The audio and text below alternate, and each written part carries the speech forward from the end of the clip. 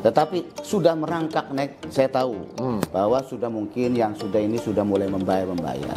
Sehingga kan ini masih bulan merangkak ya, belum berlari ya, belum kan menyangkut hal lain itu. Kalau merangkak itu kan akan naik. Kalau berlari takut jatuh nantinya. Jadi merangkak itu. Dan saya lihat itu sudah mulai ada. Walaupun saya tahu tidak dia. Tapi segera disesuaikan dong.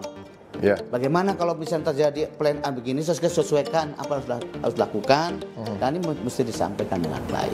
Karena kita tidak bisa, misalnya dalam pembangunan ini, oleh seseorang atau ini harus bekerja sama dengan baik.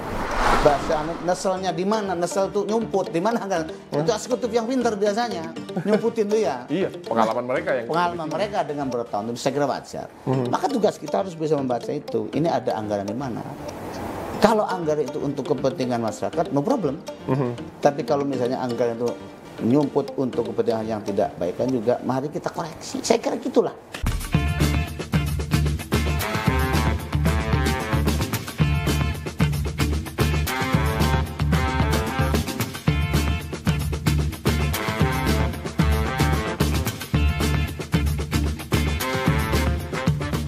Assalamualaikum warahmatullahi wabarakatuh. Sahabat Banten News, kembali kita berjumpa di acara podcast Wakil Rakyat. Ini adalah program hasil kerjasama antara bantennews.co.id dan juga DPRD Kota Cilegon.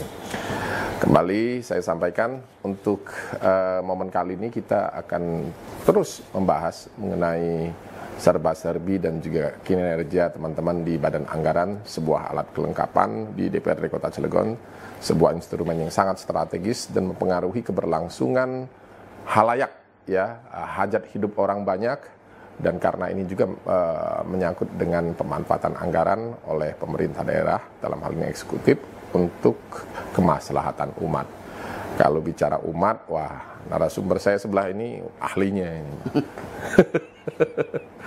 Kita persingkat waktu, langsung saja kita sapa beliau, Wakil Ketua 1 DPRD Kota Cilegon, Haji Hasbi Siddiq. Assalamualaikum Kang Hasbi. Waalaikumsalam Bang Gilang. Apa kabar? Alhamdulillah. Bagaimana saudara? Sehat juga? Alhamdulillah. Berkat doa Kang Haji. Sama-sama. Baik Bang Gilang. Lama nggak ketemu ya? Ya mungkin karena kesibukan, dan yang sibuk itu Pak Gilang biasanya gitu. Kalau saya kan ada di kantor terus. Gitu. Ada di kantor terus? Ada di kantor terus, ya memang kadang-kadang ya keluar lah kira-kira. Jadi nggak pulang-pulang di kantor terus? Ya keluar tuh pulang maksudnya. Itulah sosok Hasbi Siddiq, sekilas mungkin Anda ketahui. Tapi perlu kita kupas sedikit. Ini mungkin adalah podcast terakhir kita bersama seorang Hasbi Siddiq, tapi sebagai bagian dari DPRD Cilegon. Ya, karena mudah-mudahan nanti ketemu lagi kita di sesi yang berikutnya, tapi sudah dalam seragam yang berbeda. Selamat Kang Hasbi ya. Alhamdulillah, makasih ya Kang. Kembali mendapatkan kepercayaan, amanah dari masyarakat. Dan ini menjadi periode yang ketiga tapi di tempat yang berbeda. Insyaallah Kang Gilang, tapi maksudnya tetap akan sama. Bagaimana memperjuangkan masyarakat Kota Cilegon. Kira-kira begitulah. Apa yang paling terpenting kira-kira akan menjadi materi yang akan disampaikan oleh Kang Hasbi ketika duduk di Parlemen Provinsi? Ya saya kira banyak hal, karena kita ini kan dapilnya sekota. Berarti kami ini 4 anggota dewan, salah satunya saya itu mewakili Kota Cilegon, yang tentu akan banyak bicara untuk kepentingan masyarakat Kota Cilegon. Ya banyak hal, soal misalnya pendidikan. Karena kita tahu sekarang misalnya pendidikan dengan sistem zonasi, ternyata juga kalau melihat tuh masih terdapat banyak keluhan kan tidak tertampung. Kalau bicara SMA berarti kan bicara kewenangan provinsi untuk musuh. Betul. Kalau soal SD saya kira kewenangan kota. Nah, itu salah satunya berdasarkan yang ada saat ini. Misalnya sekolah SMA itu kan baru ada 6. SMA 1, SMA 2, SMA 1 di Cilegon, SMA 2 KS, 3 Kalitimbang, 4 Pulau Merak di Suralaya, 5 di Ciwandan, 6 kalau tidak salah juga di Merak. Tetapi misalnya di Jombang, di Citanggil dan juga Grogol, dengan sistem zonasi ini ya tentu ya memang ada plus minusnya. Satu sisi kita ada keadilan dalam berpendidikan, artinya karena rakyat semua itu berhak atas pendidikan. Satu sisi dengan melihat kondisi yang ada yang masih terdapat kekurangan. Ini misalnya menjadi soal yang pertama. Soal-soal lain saya kira ya di luar pendidikan. Di luar pendidikan misalnya yang sering kita dengar masih terdapat kekurangan air. Yang itu kan kita suarakan. Walaupun pemerintah kota saya kira sudah banyak berusaha untuk memenuhi hajat hidup masyarakat misalnya. Tapi ini kan juga masih perlu penanganan serius. Terutama ini kan yang karena ada di daerah pegunungan yang secara historikal itu agak berbeda geografinya dengan ketika orang yang berada di dataran rendah. Maka ini perlu saya kira nanti ada rumusan-rumusan baru bagaimana provinsi akan terlibat untuk membantu masyarakat. Konkretnya seperti apa sih kalau bicara intervensi provinsi? Pemerintah provinsi ya? Iya, saya kira kan kota. Menyangkut persoalan yang dihadapi Cilegon hari ini mengenai kekurangan air. Kalau hari ini kan misalnya soal air. Pada musim kemarau tentu yang kita sering menjadi persoalan kan sulitnya air karena memang dataran tinggi. Banyak bantuan yang memang juga banyak misalnya Cipala sudah tembus air, tapi kan bagian lain misalnya perlu ada perangan. Saya kira ini kan bicara dengan provinsi baik menyangkut anggaran dan sistem yang lainnya. Dan kira-kira itulah yang kita juga bisa kita suarakan supaya penanganannya juga bisa kolaborasinya kan lebih terintegrasi.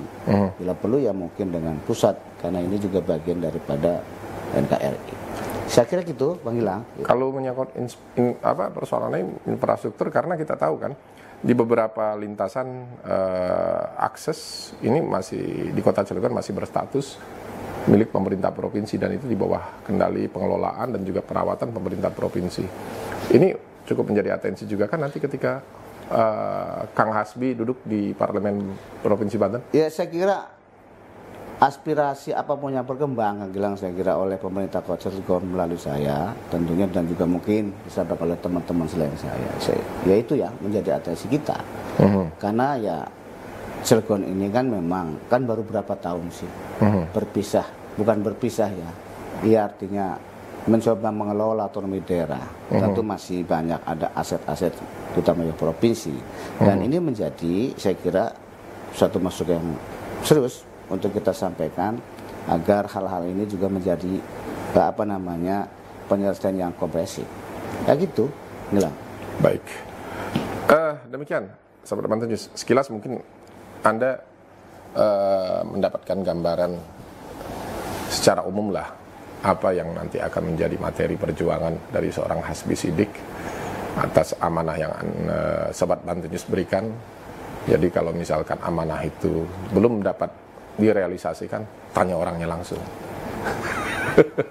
Dan orangnya hari ini kebetulan tampil lebih fresh, lebih muda. Karena baru hari ini rasanya saya ngelihat yang bersangkutan pakai celana jeans sih. Maksudnya biar kelihatan lebih muda gitu ya. Ya kan sekali-kali kan boleh Pak Gilang pakai jeans lah gitu.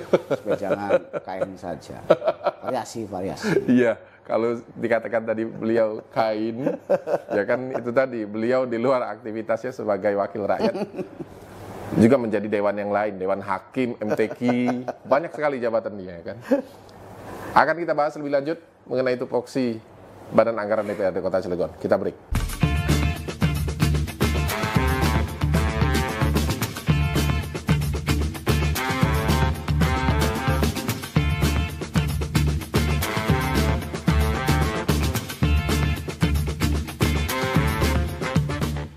Kita kembali lagi, podcast Wakil Rakyat, hasil kerjasama antara Banten News, KOID, dan juga DPRD Kota Cilegon. Masih bersama Wakil Ketua 1 DPRD Kota Cilegon, Haji Hasbi Siddiq. Ini tentu menjadi catatan kita juga karena kerja-kerja parlemen sudah memasuki di penghujung tahun. Nah, di masa kepemimpinan mungkin yaitu tadi beliau bisa menjelaskan kepada seluruh Sobat Banten News dalam kacamata seorang Hasbi Siddiq seperti apa kerja Badan Anggaran di DPRD Kota Cilegon selama ini dalam kurun waktu beberapa tahun ini. Ya saya kira AKD dari seluruh AKD, karena yang menentukan soal bagaimana kelangsungan hidup di Kota Cilegon adalah Badan Anggaran. Karena kan memang tugasnya membahas bagaimana roda pembangunan atau berapa pendapatan dan belanja daerah tiap tahunnya di Kota Cilegon. Saya kira kinerja Badan Anggaran sesuai dengan tupoksi. Karena memang selama ini kita bekerja berdasarkan regulasi, dari mulai kita pemerintah membahas KUA PPAS, membahas bagaimana hearing komisi, sampai dengan misalnya pembahasan rapat gabungan, rekomendasi terhadap dan rapat gabungan, dan itu saya kira sesuai bagi rakyat. Membaik sering teman-teman tuh bagaimana kalau bicara pemerintahan, saya kira tidak saja di Kota Cilegon, itu bagaimana cara mendapatkan pendapatan yang maksimum, tentunya kan, dan juga belanja yang optimal. Artinya antara perencanaan pendapatan dan perencanaan belanja ini juga harus sesuai. Walaupun kita harus akui terkadang itu tidak semuanya berjalan dengan normal. Tidak hanya sekarang, dan saya kira itu kan hal yang biasa. Makanya kita sering ada silpa dan sebagainya. Sekali lagi secara prosedural Badan Anggaran, kebetulan saya bilang yang kadang-kadang memimpin mengetuk palu, ya tentu berdasarkan harus kesepakatan. Apa yang harus ditambah, apa yang harus dikurangi, apa yang menjadi prioritas utama. Ya tentu rujukannya adalah visi misi daripada pemerintah Kota Cilegon. Itu saya kira yang harus dikedepankan. Dan memang teman-teman ya sepakat bahwa apapun anggaran ini juga harus merujuk pada visi misi RPJMD-nya pemerintah kota saat ini. Jadi on the track saya kira gitu. Tapi kalau bicara kinerja, tentu nobody is perfect. Nggak ada yang sempurna. Tapi kalau bicara periodisasi kali ini kan 2019 sampai dengan 2024. Ada masukan mungkin yang perlu dievaluasi atau menjadi catatan seorang Hasbi? Ya, kalau saya kan sering bicara gamblang saja. Misalnya soal pendapatan. Ya, kita harus fair saja. Memang hari ini ada hal-hal yang katakanlah pendapatannya masih belum maksimum. Mungkin pemerintah kota punya argumentatif karena mungkin ada hal-hal yang penerbitan misalnya pajaknya itu baru tidak pada di awal bulan, tetapi di pertengahan bulan, sehingga seolah-olah pendapatan ini padahal kan tidak. Tapi ini saya koreksi karena memang seharusnya bukan begitu. Ya, karena ini kan juga menyangkut lagi-lagi. Kalau bicara pendapatan, berarti kan bicara belanja. Karena pada belanja itu banyak hal-hal yang sudah direncanakan. Triwulan pertama berapa, triwulan kedua apa, triwulan ketiga apa. Nah, hari ini ya kita harus mungkin mendengar banyak ada yang ini ya karena kita harus sesuaikan. Karena kita harus sesuaikan dengan pendapatan yang masuk. Walaupun ini secara seperti yang saya katakan tadi bahwa secara prinsip teman-teman Badan Anggaran sudah berbicara itu sudah begitu. Berapa pendapatan, berapa belanja, dari mana saja, kan itu sudah disampaikan. Kontrol tetap dijalankan. Kontrol tetap jaga, karena ini juga menyangkut bagaimana kelangsungan pemerintah dalam hal membangun, dalam hal memenuhi hak-hak kehidupan rakyat.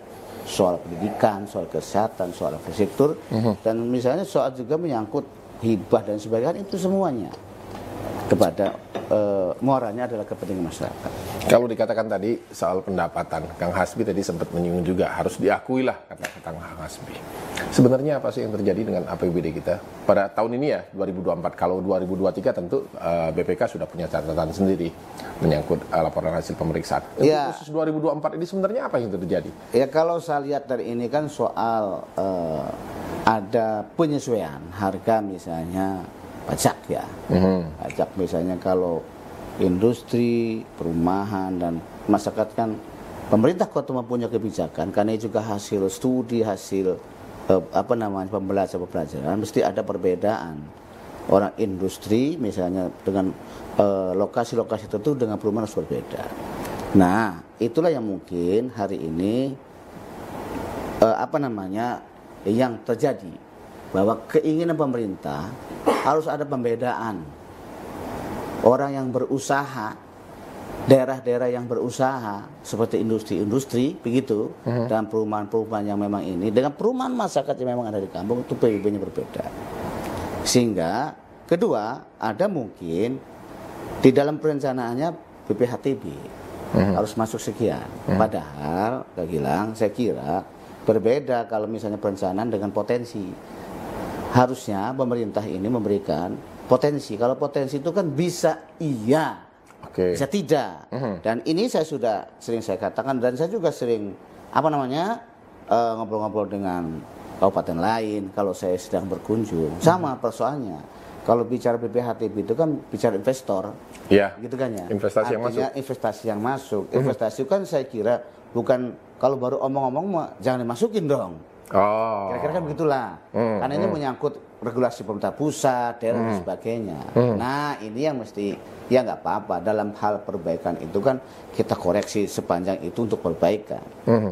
Itu pun pernah terjadi Kang Ilan di daerah-daerah lain. Ternyata bicaranya perencanaan baru ngomong-ngomong itu sudah dimasukkan sebagai sebuah pendapatan misalnya. Padahal ya kenyataannya juga nggak masuk pendapatan karena potensinya bisa hilang. Investasi kan begitu. Kalau kita misalnya secara investasi mungkin ini bisa menguntungkan atau mungkin ada pertimbangan, kan kita bisa jadi terjadi di sini. Banyak faktor yang mempengaruhi. Jadi, termasuk politik juga bisa mempengaruhi investasi. Politik. Apalagi misalnya sekarang baru saja pemilihan presiden, kan banyak mungkin wait and see, gitu kan? Kecuali mungkin setelah pelantikan presiden kita, Bapak kita Pak Jenderal Prabowo Subianto kan mungkin sudah ada kondusivitas mungkin. Di Cilegon sebagai daerah industri tentu tidak lepas dari itu. Banyak investasi yang memang masuk ke Cilegon, tetapi kan juga baru bicaranya baru kepengen begitu loh. Baru misalnya kita akan ada rencana sebuah ini. Nah, teman-teman di BPKD harus melihat ini jangan menjadikan sebuah pendapatan, tapi ini menjadikan sebuah potensi. Sedikit saja mungkin kalau bicara keterbukaan. Yang mau dikatakan oleh seorang Hasbi Siddiq itu pendapatan kita so far sejauh ini belum optimal. Kan dalam hal ini kan masih beberapa persen. Sudah optimal belum? Ya kalau melihat bulannya kan satu belum. Semester ini? Ya kalau melihat pendapatannya kan belum. Harusnya sudah. Kalau melihat merujuk kepada sebelumnya kan harusnya sudah. Karena mungkin penerbitan SPPT-nya putusannya di awal kan mungkin di bulan ini. Tapi saya tahu sekarang sudah mulai naik, hilang ya. Karena saya sering melihat di Pak Wali sudah mulai ada yang masuk BPHTB dan sebagainya. Kalau belum bicara optimal, ya belum harus optimal. Kita akui, kita nggak boleh ini. Tetapi sudah merangkak naik, saya tahu bahwa sudah mungkin yang sudah ini sudah mulai membayar. Sehingga kan ini masih bulan merangkak ya, belum berlari ya belum kan ya? Menyangkut hal lain itu. Kalau merangkak itu kan akan naik. Kalau berlari takut jatuh nantinya. Jadi merangkak itu harus menaik. Dan saya lihat itu sudah mulai ada. Saya harus fair bicara. Saya nggak bisa ini, harus fair bicara. Sekarang pemerintah sudah melakukan itu dan saya sudah lihat dengan mata kepala saya Mansur itu sudah ada yang masuk dari pajak BPHTB dan sebagainya. Progresnya baik dan trennya positif. Trennya positif. Insya Allah mudah-mudahan sesuai dengan harapan lah kan. Kalau tadi diakui oleh Kang Hasbi ini belum optimal, kita ketahui yang namanya pendapatan itu kan melalui sebuah proses yang panjang, rapat yang tidak cukup satu kali, KUAPPAS, RAPBD sebelum akhirnya diparipurnakan dan ditetapkan bersama antara eksekutif dan legislatif dalam sebuah kerangka perda, itu barulah dieksekusi. Ya artinya apa? Pendapatan itu kan ansih bukan masukan atau inisiasi dari teman-teman di eksekutif saja, tapi juga di legislatif. Legislatif dalam hal ini badan anggaran, kalau boleh jujur, turut bertanggung jawab nggak dengan kondisi ini? Ya, saya kira kalau dalam merujuk undang-undang kan sama, Bang Gilang ya. Yang namanya pemerintah daerah itu kan berarti eksekutif dan DPRD. Cuma ada satu perbedaan fungsi dan tugas kita ini. Tugas kita adalah membahas apa yang eksekutif masukkan, eksekutif rencanakan. Dari sisi anggaran, dari sisi DPRD Dewan Anggaran itu melihat plus minusnya. Melihat prioritas apa yang menjadi prioritas dan tidak prioritas. Itu dari sisi kita. Dan kita memang fungsinya kan adalah membahas. Membahas itu artinya apa yang telah disodorkan oleh eksekutif yang kita dibahas mulai dari KPPAS, dari RKA, dari semuanya, dari rapat kabinet, itu yang kita bahas. Sepanjang itu masih rasionalitas dan sepanjang itu juga masih sesuai dengan kita, itulah pada posisi kita. Memang tugas eksekutif kan berbeda, eksekutif kan mengeksekusi. Artinya DPR, teman-teman kita itu kan sudah beberapa kali mendeklarasikan bahwa untuk mereka mendapatkan kan tidak soal asli dari pendapatan, soal yang jelas-jelas saja bilang gitu ya. Perlu ada inovasi-inovasi yang berkaitan. Misalnya ya, kalau kita harus banyak menjemput ke pusat kan juga tidak salah, kan kita juga banyak memberikan pajak kepada negara kan misalnya. Dari sisi misalnya pendapatan-pendapatan yang belum digali, memang kewajiban. Maka sekarang saya bilang sesuai dengan tupoksi Dewan, itu kan berkali-kali mengusulkan bahwa BPKAD itu harus dipecah. Ada badan pendapatan dan ada pengelolaan. Alhamdulillah kan sekarang sudah diparipurnakan, ya. Karena fungsinya saya tahu di Cilegon ini, karena sudah harus yang namanya pendapatan itu bicara bagaimana mendapatkan sebuah pendapatan yang sah, baik secara aturan maupun tidak mengikat. Dan pengelolaan itu harus berbeda. Hari ini kita kan tidak konsen misalnya, ya ada pendapatan, ada belanja sehingga ada kinerja yang luar biasa. Saya kira dari sisi yang hilang ya, kalau soal bertanggung jawab sama bertanggung jawab, kita ini nggak bisa lepas tangan. Tapi kita kan berbeda pertanggung jawabannya, karena kita bertanggung jawab adalah mengingatkan apa yang telah menjadi sepakati bersama. Itulah yang kita ini. Soal plus minus kan ya seperti Anda sampaikan, nobody perfect. Karena ada pendapatan tuh saya kira ada bicaranya faktor lain. Misalnya ada regulasi ini harus ke pusat, kan berbeda. Perlu penyesuaian. Harus penyesuaian. Ya sekarang dengan Undang-Undang 1 misalnya dengan ini kan udah masuk ini ya berbedanya. Tapi juga ada yang kembali ke pusat dan sebagainya. Itulah saya kira yang menjadi PR pemerintah. Ya supaya tugas kita ini kan juga dari sisi eksekutif dan dari sisi DPRD ini ada balancing. Jangan kita misalnya menggembor-gemborkan untuk bagaimana, tetapi dari sisi eksekutif juga tidak ada perubahan. Inilah bilang saya mengusulkan dan alhamdulillah segera dipindahkan, mudah-mudahan tahun depan itu sudah ada kelembagaan tersendiri pendapatnya sehingga fungsinya kan jelas. Bagaimana misalnya menghitung BPAT, BPB dan sebagainya, pajak-pajak itu akan fokus. Sementara pengelolaan itu bagaimana kerjasama dengan Bapeda menjalankan pendapatan yang ada untuk menjadi sebuah kegiatan demonstrasi. Saya kira itu. Jadi Sobat Banten News, memang betul kata orang dan juga pengalaman yang sudah-sudah. Jam terbang ini membuktikan kompetensi seseorang dalam bidangnya. Tadi itu yang mungkin saya simpulkan dari apa yang beliau sampaikan tadi barusan. Kok Kang Hasbi nyalek sih, bukan main di level atau kompetisi yang lebih tinggi? Nggak salah itu. Nyalek gimana maksudnya? Kenapa lebih memilih caleg gitu kan? Kok nyalek? Jadi dari ngelihat narasinya tadi harusnya bukan nyalek. Gitu. Gini Kang Gilang, soal itu soal satu. Kenapa tidak di kompetisi yang lebih tinggi, misalkan pilkada, pilgub? Itu kan perintah partai saya itu kan untuk mencalonkan diri provinsi. Saya izin sama almarhum Pak Haji Desmond dan disetujui alhamdulillah untuk menggantikan almarhum kakak saya, dan setuju. Alhamdulillah ya kursinya dapat. Soal eksekutif kan sudah ada Pak Gilang, yang sekarang menjadi wali kotanya saudara juga, gitu kan. Ya, kita ditugaskan untuk membantu beliau. Saya yang di provinsi bersama dengan calon gubernur kita Pak Andra ya, sama juga untuk ini. Jadi bukan persoalan lebih ke tinggi atau ini urusannya bagaimana apa yang diamanatkan oleh partai yang hilang. Gitu. Saya tidak bisa menerjemahkan, silakan nanti Sobat Banten News sendiri yang akan menyimpulkan. Kita break.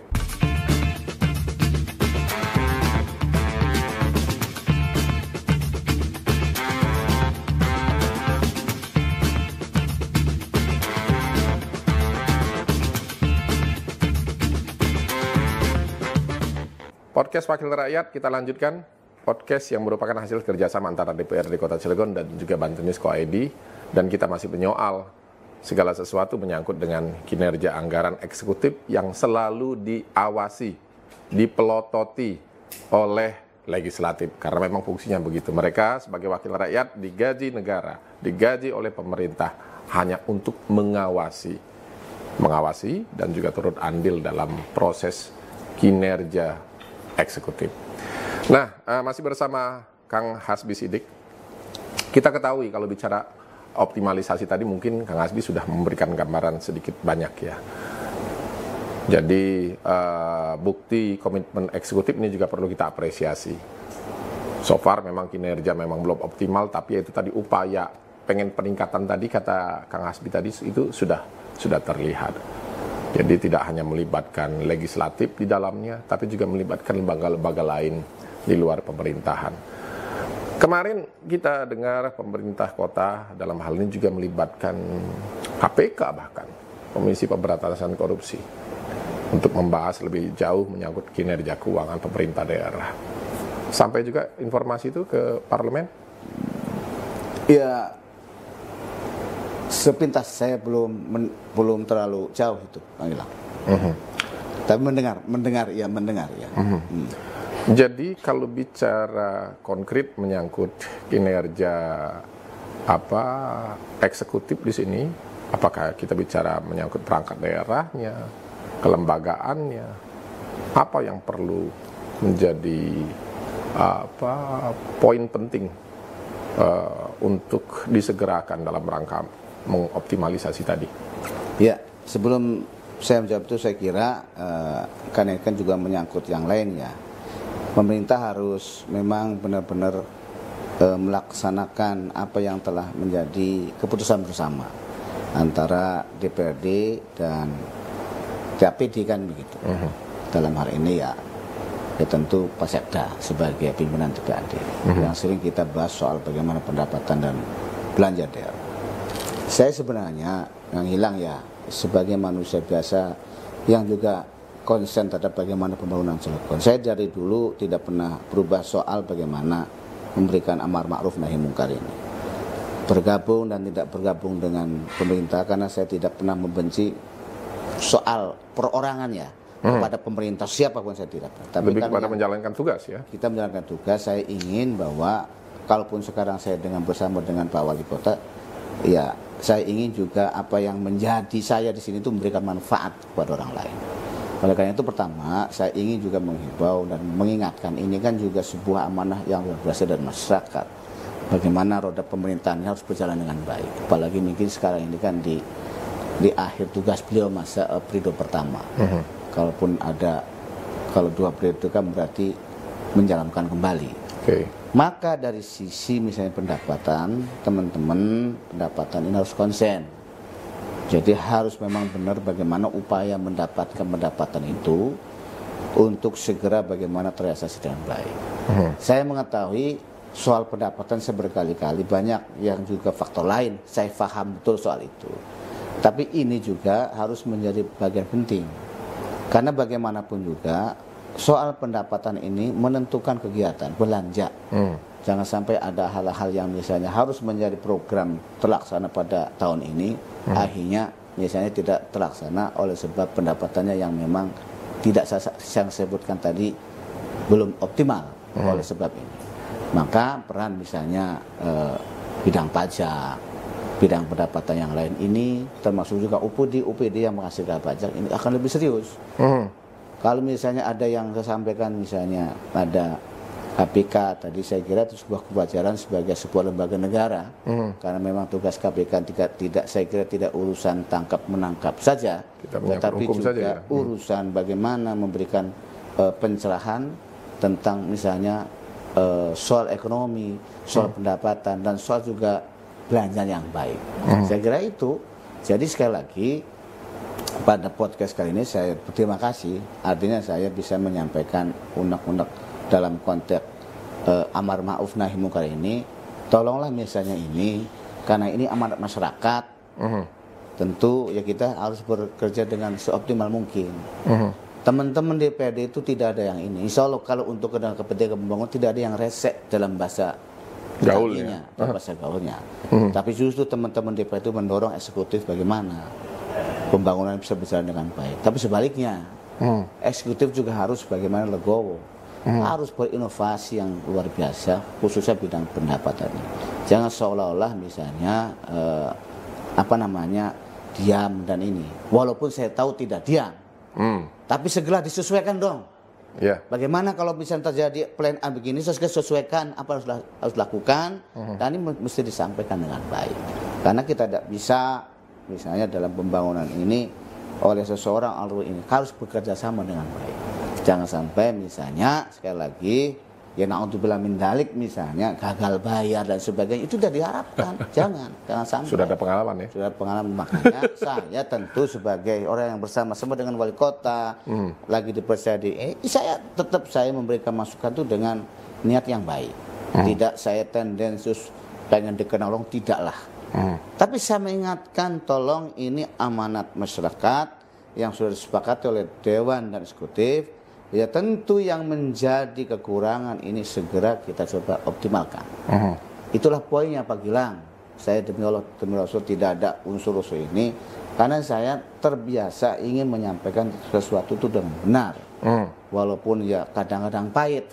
Tapi memang begitu tugasnya. Iya. Disampaikan walaupun asal jangan salah tafsir saja. Iya. Mentang-mentang kita misalnya bergabung seolah bukan begitu. Kalau tipe saya, tentu saya selama dengan Pak Wali selama ini ya saya mengingatkan, tolong ini juga diperhatikan bahwa dari sisi ini menentukan bagaimana program-program Pak Wali bisa berjalan dengan baik itu dari sisi pendapatan.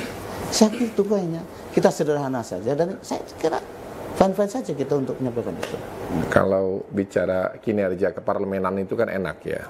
Dia mengkontrol, mengawasi, mengoreksi, mengevaluasi kinerja orang lain, dalam hal ini eksekutif. Tapi bagaimana dengan mengontrol atau mengevaluasi yang ada di dalam diri sendiri? Introspeksi lah bahasanya. Pengalaman hampir 10 tahun beliau di DPRD Kota Cilegon. Dari pengalaman yang ada, tongkat estafet ini harus tetap berjalan. Legislatif harus tetap menjalankan amanahnya, 3 fungsi itu. Siap, bilang.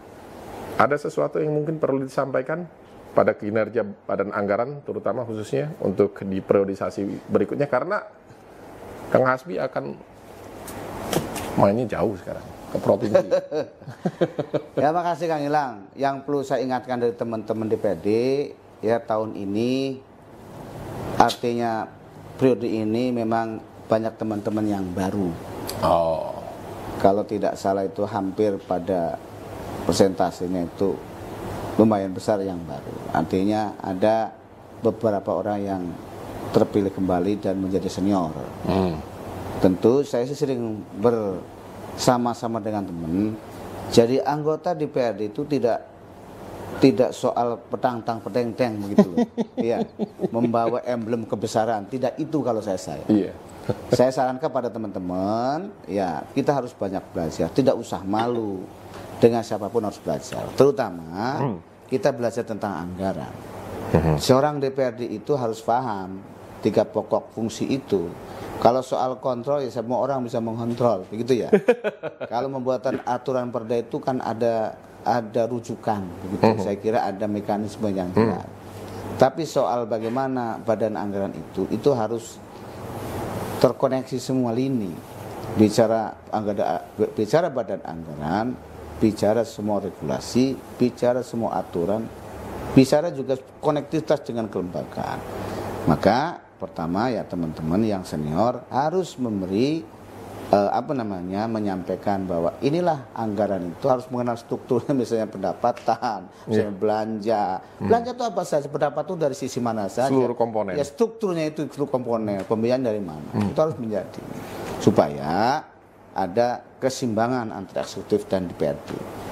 Kalau itu jangan-jangan kalau kita tidak paham soal itu ya jangan-jangan mungkin mohon maaf dalam tanda petik ya kita dibohongi. Jangan berharap terjadi keseimbangan. Keseimbangan. Maka teman-teman nanti adik-adik saya, teman-teman saya yang baru, nggak usah gengsi kita belajar.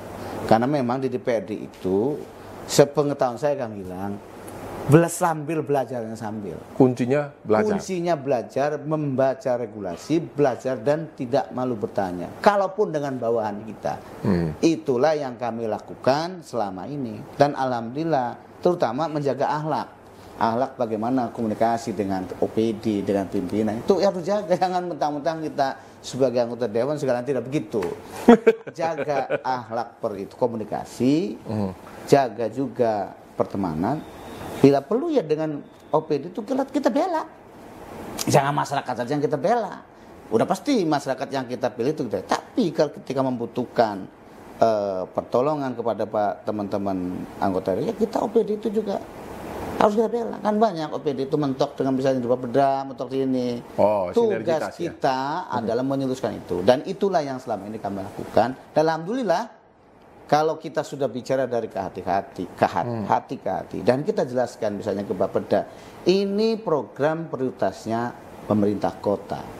Dari sisi anggaran kalau tidak mencukupi, cobalah digeser-geser karena ini juga kepentingan bukan untuk pribadi, tetapi ini amanat dari visi misi wali kota untuk disampaikan untuk dikerjakan. Itulah tugas-tugas teman nanti di DPRD. Saya sering katakan banyak belajar karena di DPRD setelah kita mungkin dari dunia bisnis, mungkin bisnis kan untung rugi saja, ya gitu kan ya. Orang pengusaha kan untung rugi saja. Kalau modal sekarang sekian. Kalau DPRD bukan banyak ruginya, karena ya kan? Karena banyak rugi itu maksud saya bukan rugi secara ini, bukan materi, tapi kita harus banyak rugi waktu, rugi tenaga untuk bagaimana ada keselarasan antara DPRD dan eksekutif. Itulah kuncinya sebenarnya. Ya kalau di bulan pertama atau agak masih ini hilang, masih mencari, enggak masalah. Yang penting kuncinya sambil. Saya sarankan sambil belajar, sambil meyakinkan kepada eksekutif, inilah posisinya. Terutama harus kenal ya struktur anggaran itu, bagaimana pendapatan, bagaimana belanja, bagaimana pembiayaan. Pendapatan dari mana saja tentu ada, strukturnya ada pajak, ada distribusi, ada perimbangan dan sebagainya. Belanja ya banyak, apa yang kegiatan, pembiayaan dari mana, itulah pokoknya. Neselnya di mana? Nesel tuh nyumput di mana kan? Itu eksekutif yang pintar biasanya nyumputin tuh ya. Iya, pengalaman mereka dengan bertahun-tahun saya kira wajar. Maka tugas kita harus bisa membaca itu. Ini ada anggaran di mana? Kalau anggaran itu untuk kepentingan masyarakat, no problem. Tapi kalau misalnya anggaran itu menyumput untuk kepentingan yang tidak baik kan juga, mari kita koreksi. Saya kira gitulah.